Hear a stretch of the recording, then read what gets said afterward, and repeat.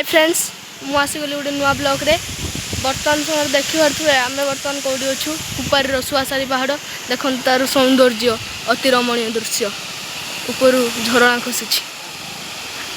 ए जगह एमती कि वर्षा है मात्र से पहाड़ पूरा झरणा सुनिश्चित खसो वर्षा ना कि ना आपड़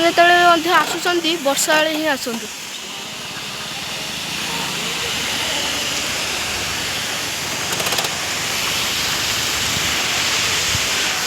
एपटर आहरी झरणा बहुत खसी थाए किंतु